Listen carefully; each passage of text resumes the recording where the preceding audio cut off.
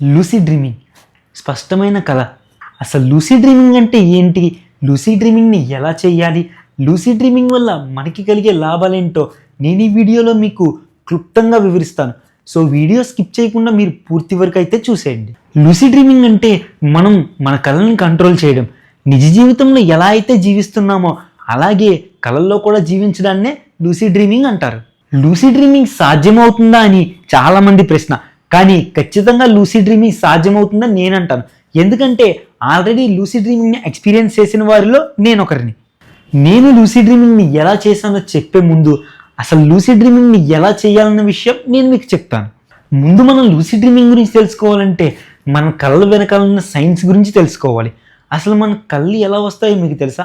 మనం ఏదైతే పొద్దున్న నుంచి సాయంత్రం వరకు చేస్తామో ఆ విషయాలు మన కళ్ళల్లోకి వస్తాయి. ఈ విషయం అందరికీ తెలిసిందే. ఇదే టెక్నిక్ని ఉపయోగించి మనం లూసిడ్ డ్రీమింగ్ చేయగలం. అది ఎలాగో కూడా నేను చెప్తాను. ఇప్పుడు లూసిడ్ డ్రీమింగ్లో నేను మీకు కొన్ని టెక్నిక్స్ చెప్తాను. అవి యూజ్ చేసుకుని మనం లూసిడ్ డ్రీమింగ్ని చాలా సులభంగా చేయొచ్చు. లూసిడ్ డ్రీమింగ్లో ముందు మనం గుర్తుపెట్టుకోవాల్సిన విషయం ఏంటంటే మనం కళలోకి వెళ్ళిన తర్వాత ఇది కళ అని గుర్తుపట్టాలి. అది ఎలా గుర్తుపట్టాలంటే సపోజ్ మన కళలో ఏదైనా ఒక విషయం జరిగితే అది మన నిజ జీవితంలో ఉన్న విషయానికి చాలా డిఫరెంట్గా ఉంటుంది. అంటే మీరు సూర్యుని చూస్తే మన నిజ జీవితంలో సూర్యుడు పసుపు రంగులో ఉంటే మన కళ్ళలో పింక్ రంగులో ఉంటాడు. మీరు కింద గడ్డిని చూసినట్లయితే గడ్డి గ్రీన్ కలర్లో ఉండదు. అది వేరే ఏదో ఒక పెద్ద పెద్ద చెట్ల కింద మారిపోతూ ఉంటుంది. మీ ఎదురుగుంట ఒక గుర్రాలు వెళ్తూ ఉంటాయి. వెళ్తూ ఉండగా ఆ గుర్రాలు వాహనాల కింద మారుతాయి.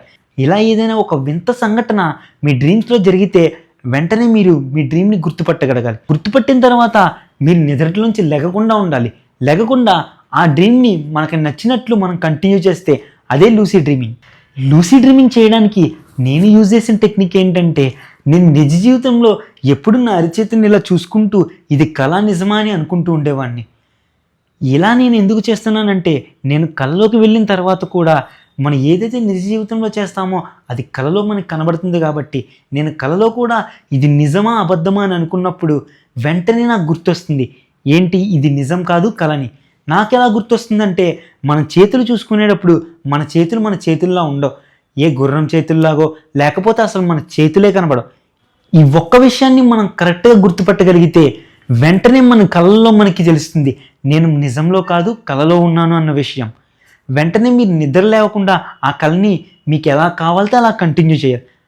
ఎలా కావాలితే ఎలా కంటిన్యూ చేస్తాం, కళ ఎలా పడితే అలా వస్తుంది కదా అని మీరు అనొచ్చు. కానీ ఈ విషయంలో మనం ఏం చేయాలంటే మనం పడుకునే ముందే మనం ఒకటి అనుకోవాలి. ఏంటంటే సపోజ్ ఈరోజు నేను లూసిడ్ డ్రీమింగ్ చేస్తే నేను ఇలా గాల్లో ఎగురుతాను, మా అమ్మమ్మ వాళ్ళ ఇంటికి వెళ్ళి కొబ్బరి చెట్టు ఎక్కి ఆడుకుంటాను, ఇలాంటి విషయాలన్నమాట. అప్పుడు మనం కళ్ళలో మనం నిజంగా లూసిడ్ డ్రీమింగ్ చేస్తున్నామని గుర్తుపట్టినప్పుడు మనం ఏదైతే పడుకునే ముందు మనం అనుకున్నామో సపోజ్ మా అమ్మమ్మ వాళ్ళ ఇంటికి వెళ్ళాలని నేనేం చేస్తానంటే కారు వేసుకుని మా అమ్మమ్మ వాళ్ళ ఇంటికి వెళ్తానమాట. ఇలా మనం కళలో నిజ జీవితంలో ఎలా జీవిస్తున్నామో సేమ్ అలాగే కళలో కూడా జీవించవచ్చు. ఇప్పుడు నేను మీకు చెప్పింది చాలా కాంప్లికేటెడ్గా ఉండొచ్చు. నేను మీకు దీన్ని సింపుల్గా ఎక్స్ప్లెయిన్ చేస్తాను. మీరు బాద్షా మూవీ చూసినట్టయితే అందులో బ్రహ్మానందం గారు ఎలా అయితే తన కళ్ళలోకి వెళ్దామని అనుకున్నారో సేమ్ అదే కాన్సెప్ట్ అనమాట.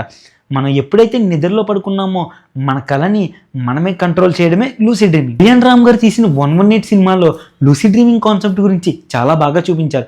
ఒకసారి మీరు ఆ మూవీ చూస్తే లూసిడ్ డ్రీమింగ్ గురించి మీకు ఇంకా మంచి అవగాహన వస్తుంది. ఇప్పుడు నేను మీకు ఈ లూసిడ్ డ్రీమింగ్ వల్ల కలిగే లాభాలు ఏంటో చెప్తా. లూసిడ్ డ్రీమింగ్లో మనం ఏదైతే కంట్రోల్ చేయాలనుకుంటున్నామో మనం ప్రతి దాన్ని కంట్రోల్ చేయొచ్చు. అంటే లూసిడ్ డ్రీమింగ్లో మనకి లిమిట్స్ లేవన్నమాట. నీ ఎదురుగుంట కార్ కావాలనుకుంటే నీ కార్ వచ్చేస్తుంది, ఎదురుగుంట ఫ్లైట్ కావాలంటే ఫ్లైట్ వచ్చేస్తుంది. నువ్వు నిజ జీవితంలో ఏదైతే చేయాలి అనుకుంటున్నావో అది మన కళల్లో చేయొచ్చు. వినడానికి చాలా అద్భుతంగా మరియు ఆశ్చర్యంగా ఉంది కదా. నిజంగా ఇలా జరిగితే మన మానసిక ఒత్తిళ్ళన్నీ తగ్గుతాయి. లూసిడ్ డ్రీమింగ్ వల్ల మనకి చాలా ఉపయోగాలు ఉన్నాయి. అది ఎలా అంటే లూసిడ్ డ్రీమింగ్లో మనం ఎవరైనా చనిపోయిన వ్యక్తిని కలవచ్చు, లేదా మనం ఏదైతే ఒక ఆశయాన్ని సాధిద్దాం అనుకుంటున్నామో ఆ ఆశయాన్ని లూసిడ్ డ్రీమింగ్లో ముందే సాధించవచ్చు. నిజంగా ఇలా చేస్తే మన మానసిక ఒత్తిళ్ళు మరియు మన మానసిక ఆందోళనలన్నీ కుదుట పడతాయి. కానీ ఒక్క విషయం గుర్తుపెట్టుకోండి, ఈ లూసిడ్ డ్రీమింగ్ మనకి మొదటి రోజే అయిపోదు. దీన్ని చేయడానికి మనకి చాలా అంటే చాలా ప్రాక్టీస్ కావాలి. మనం చాలా ప్రాక్టీస్ చేస్తూ ఉండగా ఏదో ఒక రోజు ఖచ్చితంగా మీరు కూడా లూసీ డ్రీమింగ్ చేస్తారు. అది చేసిన రోజు నా కింద నేను లూసీ డ్రీమింగ్ చేశాను బ్రో అని కామెంట్ చేయండి. అసలు లూసీ డ్రీమింగ్లో నేనేం చేశాను, లూసీ డ్రీమింగ్ గురించి జనాలందరూ ఏం చెప్తున్నారన్నది నేను మీకు పార్ట్ 2లో చెప్తాను.